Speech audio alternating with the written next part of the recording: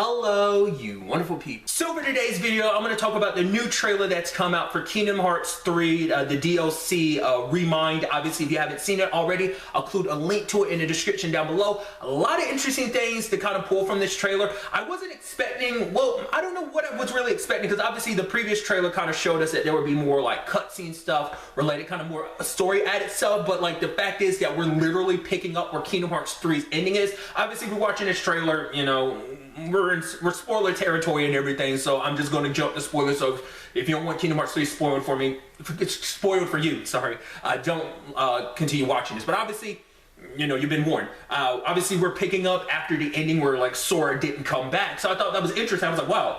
Because I remember reading something a little while back that Tetsuya Nomura was saying that basically there was going to be a game in between between Kingdom Hearts 3 and Kingdom Hearts 4. There's going to be like a middle game, kind of like a Birth by Sleep or a Dream Drop Distance type of situation. So I thought that was kind of interesting, and I think I forgot that it would, obviously, like I said, I knew it was going to be story stuff, but I thought it'd be more so filling in blank stuff for like some of the organization stuff. I didn't expect us to literally be picking up with the whole Sora thing. How much of that necessarily is going to get answered in this DLC? It might be like set up for something in the future. It probably is going to play more like a fragmented passage 0.2 type of situation. It's probably going to be aesthetically closer to that, just like in, you know, size and scale type of situation. But we do see a lot of, you know, interesting things. Obviously, we get our Final Fantasy characters, because obviously that was a big complaint, a very large lack of FF characters. Obviously, we see Squall, we see Aerith, and we see Yuffie in Hollow Bastion. So there's that type of situation. But what's also interesting is obviously we see like moments of you playing other characters, and I can't tell whether that's just like a situation, because like some of it looks like it's on a certain platform or arena, so I'm wondering, are they adding in something? Well, because it seems like there were nothing but boss fights, because part of me was wondering, is it supposed to be kind of like because there's pseudo Coliseum technically. This is like first Kingdom Hearts that I'm aware of. Dream Drop didn't really have one.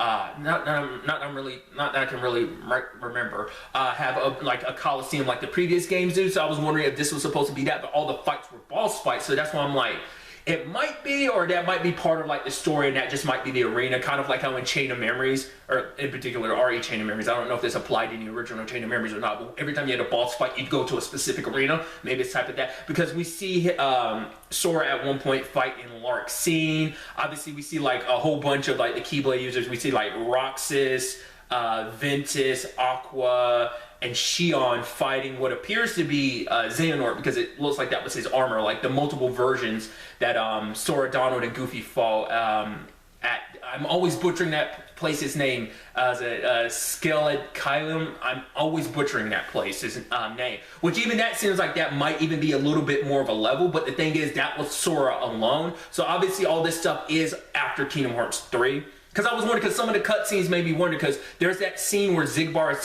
talking to Luxord about the box, but it looked like they were in the Olympus Coliseum. So is that them just going back and adding that context to in the sense that, is that scene taking place after the game, or is that supposed to be like when Xigbar was at Olympus Coliseum, like he was watching Maleficent and Pete dig up the box, trying to look for the box that obviously he had, but they ended up just finding Pandora's box, and he said, let your heart be your guiding key type of thing. It looks like that scene picks up like right around that area, so that's what I'm curious about, or is there just different context to that? I don't know. Obviously, the whole point is to try and find Sora, which we even see at one point in time, Sora and Kairi are in the final world.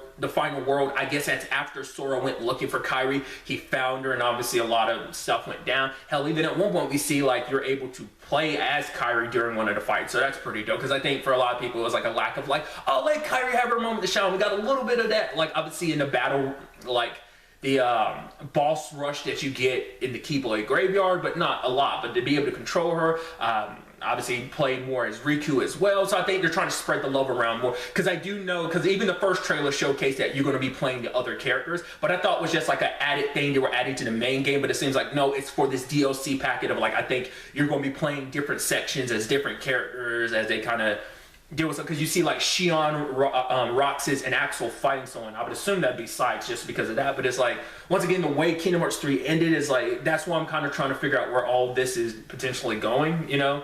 because like a lot of that obviously is meant to be divided up the way it is to, you know, not give you the full context of everything. And then obviously there is the big thing at the end where we have like Sora, which it looks like it's the final world, but obviously the lighting's different. It looks like it's at nighttime, or maybe it's just a different world entirely. But we see Sora kind of walking, and then he sees someone in the distance, and it turns out to be Yozora from Verum Rex, which obviously that ties into like the secret ending of Kingdom Hearts 3, where the whole situation is like Sora and Riku end up into what appears to be Shibuya, which would make sense because there was a whole conversation in Dream Drop Distance of like, you know, Sora, you know, talking to Neku and the others about like, you know, going to their world one day. So obviously that could be a tie-in there, but it's like the fact is that Yozora is there as well.